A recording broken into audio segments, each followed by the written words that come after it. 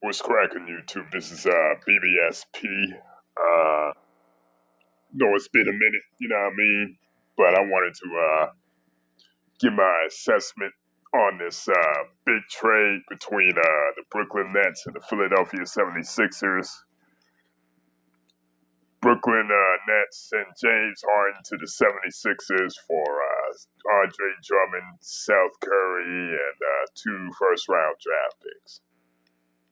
Now, me personally, I think for the short term, as in to say the next couple of years, the Sixers won this deal, man. Sixers won this deal hands down. You know, I know people are gonna say, well, Brooklyn had got two first round draft picks. They got Seth Curry, they got Andre Drummond, whatever, this, that, and the third. But you look at the short term, Philly didn't give up too much when you really think about it. You know, you still got Tobias Harris over there. You have Maxey still over there. You still got Thibault over there. Two big, long, athletic bodies. And you still got Danny Green over there. I know Danny Green's been up and down, but he's going to benefit from James Harden. Definitely benefit from James Harden's looks and versatility. Now, I know James Harden has been very subpar to start the season. But we got to take into account how the environment was over there in Brooklyn, man. To me, there really is no leadership over there, man, in that organization. Because you got Kyrie's dumbass running them up, number one, right? Number two, you've got Steve Nash, who's a lame duck coach that's in over his head. And three, KD all of a sudden is becoming very, very injury prone. You know, it's just for me, that whole big three, that whole situation, that whole situation, right? I got an idea on why James Harden said "fuck it" and get me up out of there. You know, fuck it, get me up out of there. You know,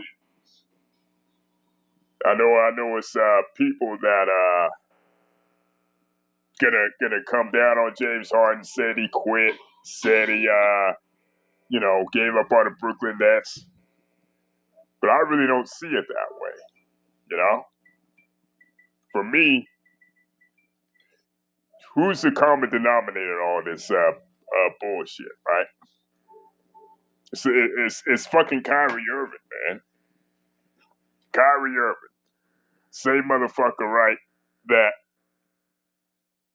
he's been a head case everywhere he's been. He's been a head case. Couldn't get along with the young players in Cleveland. Got in fights with Byron Scott, the head coach. Got in fights with Dion Waiters. Disrespected the coaching staff. When LeBron got there, basically was low key jealous of him, right? Basically burned that bridge. Acting like he's talking about he wanted to be a leader of his own franchise, right? Of his own team, right? Got there, went to Boston, got into it with the young players. Young players, he was getting on the young players' nerves and shit. Got there, burned that bridge there. You know, so-called got with KD, because KD wanted to get out of Golden State because people were saying that the two NBA two chips he won in Golden State, they didn't hold no value and shit, right? So he links up with Kyrie. What does Kyrie do when he first gets to Brooklyn? This is with Kevin Durant on his squad. He says that, right? He says that Karis LeVert, Spencer Dinwiddie, Jared Allen weren't good enough to be on his team. and we need more help. But yet, everybody gave him a pass for that shit. Then him and Kevin Durant get together and try to get James Harden to Brooklyn, right? You know, all in all, people were predicting championships, people were predicting dynasties and shit, right? But Kyrie's dumbass wants his cake and eat it too. He didn't get vaccinated. He the team acquiesces to him, and in some ways, KD acquiesces to Kyrie. So people want to blame James Harden for this falling apart, right?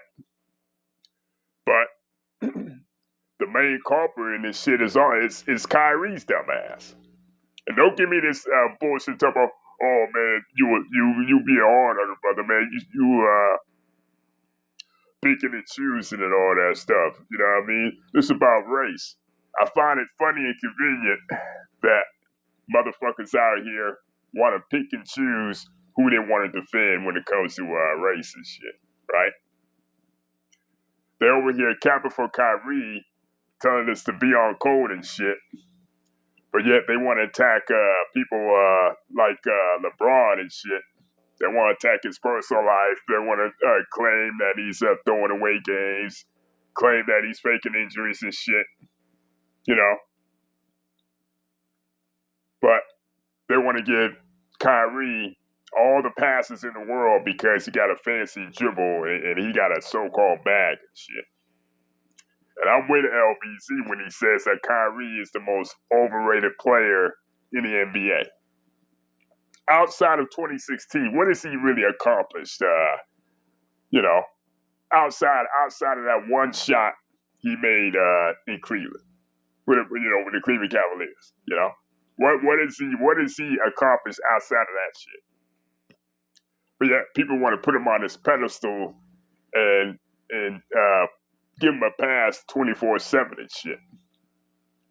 But yeah, you want to say, you know, we being off cold by criticizing Kyrie. Yeah, this the same motherfucker that had an all-white girl boat party and shit, right?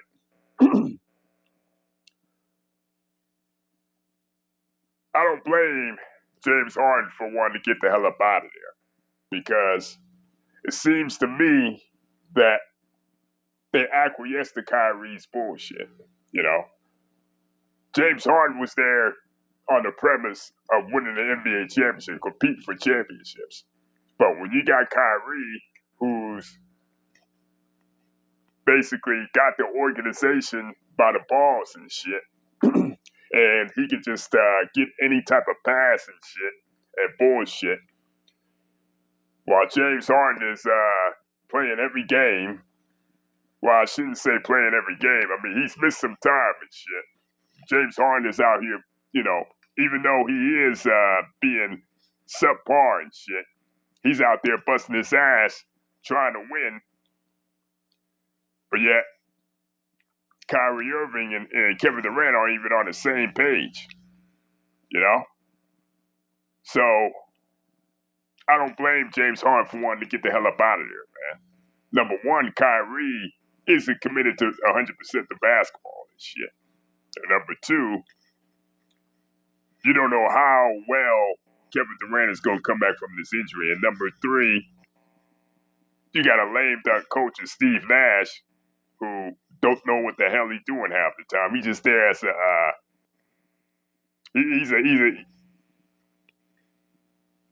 a mouthpiece. That's all Steve Nash is. I don't think he comes up with any plays, any type of execution, none of that shit. So yeah, you can blame James Harden for you know, being lackadaisical, you know, showing no kind of effort and shit. But we can say the same for Kyrie Irving because Kyrie Irving is not 100% committed to even playing basketball. You know, he just want to acquiesce his way. He wants his cake and eat it too and shit. You know, and I bet you any kind of cash app, any kind of donation, right, that James Harden start playing better now. I'm telling you, man. James Harden start playing better now that he's away from that toxic environment of Brooklyn. All caused by Kyrie Irving, right? And the thing about it is, Kevin Durant and everybody else in the organization is empowering this clown. You know, everybody wants to say the reason the Big Three failed is because James Harden quit. Nah. I mean, James Harden played a part, but Kyrie Irving should be the main goddamn culprit. You know, he shouldn't be getting no pass for this shit. Shouldn't be getting those pass for this shit. You know, and I'll be honest with you, neither should Kevin Durant, because Kevin Durant empowered Kyrie Irving. Everybody was so sure that they were going to win the championship, run through the NBA, win multiple titles like Golden State, you know, but none of them players are committed to winning, you know. Nobody in our organization is committed to winning, you know. Whether or not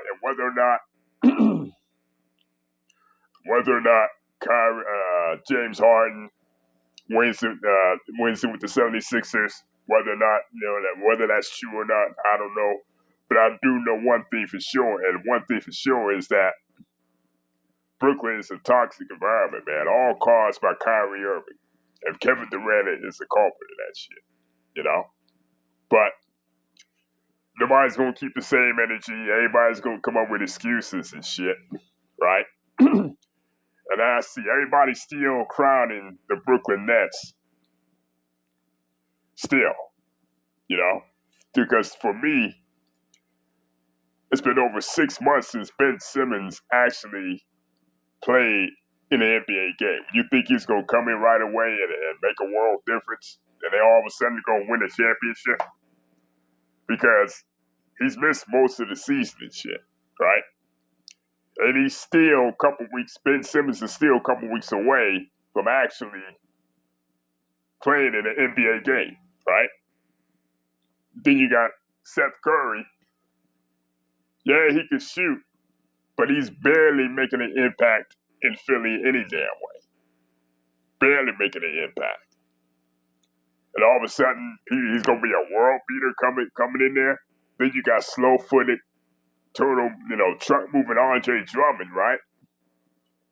He was barely moving the needle. So tell me how in the short term people are still crowning the Brooklyn Nets. Right now, they're in the eighth. They're in the 8th spot in the Eastern Conference. You know what that means, right? They'd be in the play-in tournament. They've lost 10 games in a row, right? 10 games in a row, and they're going to be in that play-in tournament. You know, they're going to be in that play-in tournament if the season ended right now. And even then, do you expect this team to go on the road 4 straight times to win the NBA championship? And history is against them already. No team that has lost more than 5, 6, 7 games in a row has ever won an NBA championship. Can anybody tell me what team that has lost more than 4 or 5 games won an NBA championship? You can't think of that. You can't think of that, man. So all this bullshit about all of a sudden people going in this hoopla that the Brooklyn Nets got better and the 76ers got worse. Nah, it's the other way around. For me, I slightly favor the 76ers, short term. But the draft picks, if Brooklyn chooses to keep them long term, that might benefit and help them, you know. But that Big Three, the reason it failed was Kyrie's ego and selfishness. You know what I mean? Kyrie's ego and selfishness fucked that up. I don't care what nobody says. Kyrie's ego and selfishness fucked that shit up. But that's neither here nor there. I think short term, I think 76ers have a better shot because they play more of a playoff brand basketball. They got an inside-outside game, you know what I mean? Joel Embiid's playing at MVP type level, and now you got another all-star superstar in Harden. You add them to the fold, and I think they have a legit chance of at least getting to the Eastern Conference Finals straight up. Brooklyn, don't be surprised if they get knocked out in the second round again. Don't be surprised if they get knocked out in the second round again. And for people out here thinking that the championship is all but won in their corner, nah, I don't want it. That shit don't work that way, man. But like I said, I think the 76ers have a better opportunity, better chance at getting farther in the playoffs than the Brooklyn Nets do. Because for one, you still got Kyrie there, and it's bullshit. Two, you're not going to be able to play Ben Simmons and Andre Drummond at the same time. And three, KD's health. Them the three things that are holding Brooklyn back. That are ultimately will have Brooklyn Nets come up short. And the number one culprit, in my opinion, is Kyrie Irving.